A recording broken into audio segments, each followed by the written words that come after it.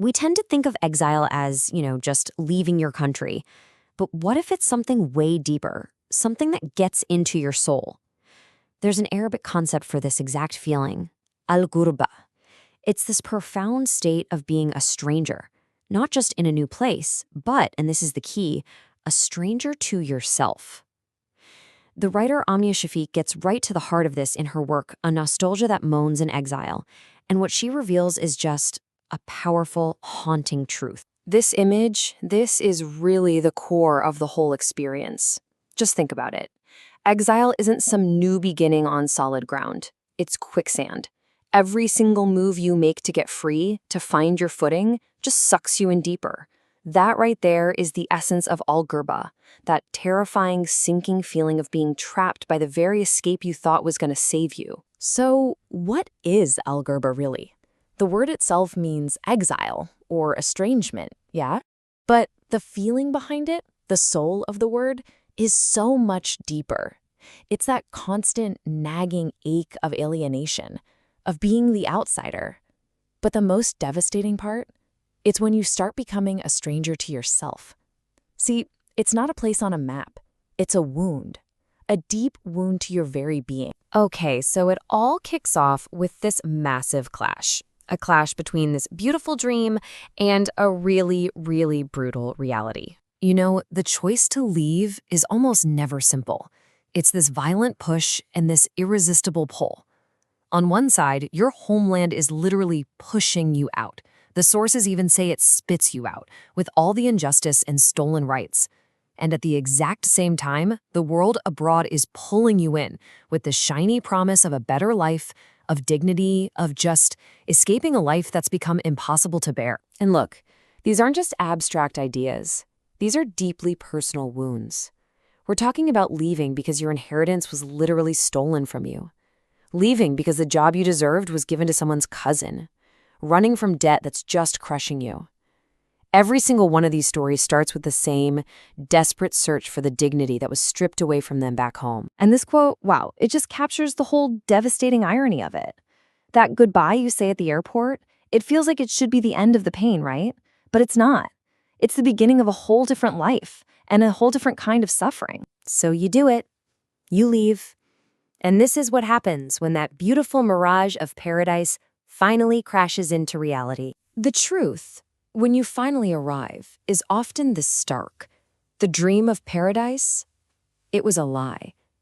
And instead, you wake up in this private hell, a kind of loneliness that burns you from the inside out.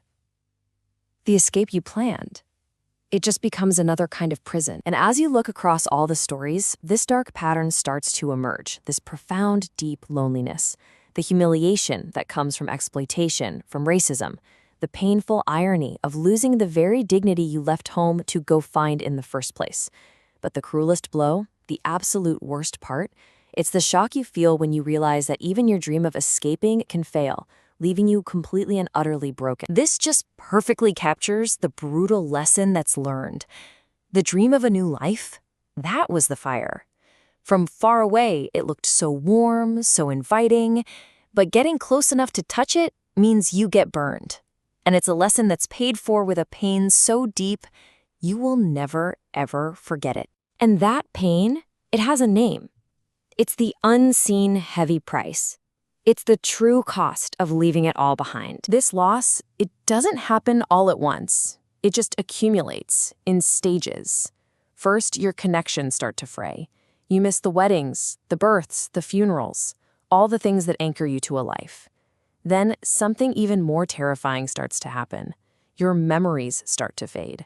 The feeling of home, the smell of your mother's cooking, it all gets blurry. And finally, your own self, your identity, starts to disappear, lost somewhere in between the person you used to be and the one this new life has forced you to become. There's this one story where a man is packing his bags to leave his new country. And he's got this nagging feeling, like he's forgotten something really important. He checks his pockets, his bags, nothing's there. And then it hits him, this horrifying realization. The thing he left behind, it wasn't an object. It was his entire past. He had paid for his new life with his own memories. Which brings us to the final state, this nostalgia that moans. It's the ultimate paradox of belonging absolutely nowhere. And this is the ultimate trap. You've left your home, so you're not really here anymore. But the new place, it never fully accepts you, so you can never truly arrive there either. You're just left. Left to exist like a ghost, haunting this space between two different worlds, belonging to neither of them. And this is exactly what that gray zone feels like. Being lost in the wreckage of two separate lives, completely confused about who you even are anymore. It's the quiet, constant agony of being stranded right in the middle, with your identity just shattered into pieces. So it all leaves us with this final, haunting question. After everything is gone, everything is lost. Is home still a place you can point to on a map? Or does it become something else entirely, a memory that you can never, ever return to? That is the moaning nostalgia of Al Gorda, a longing not for a place, but for a version of yourself you can never be again.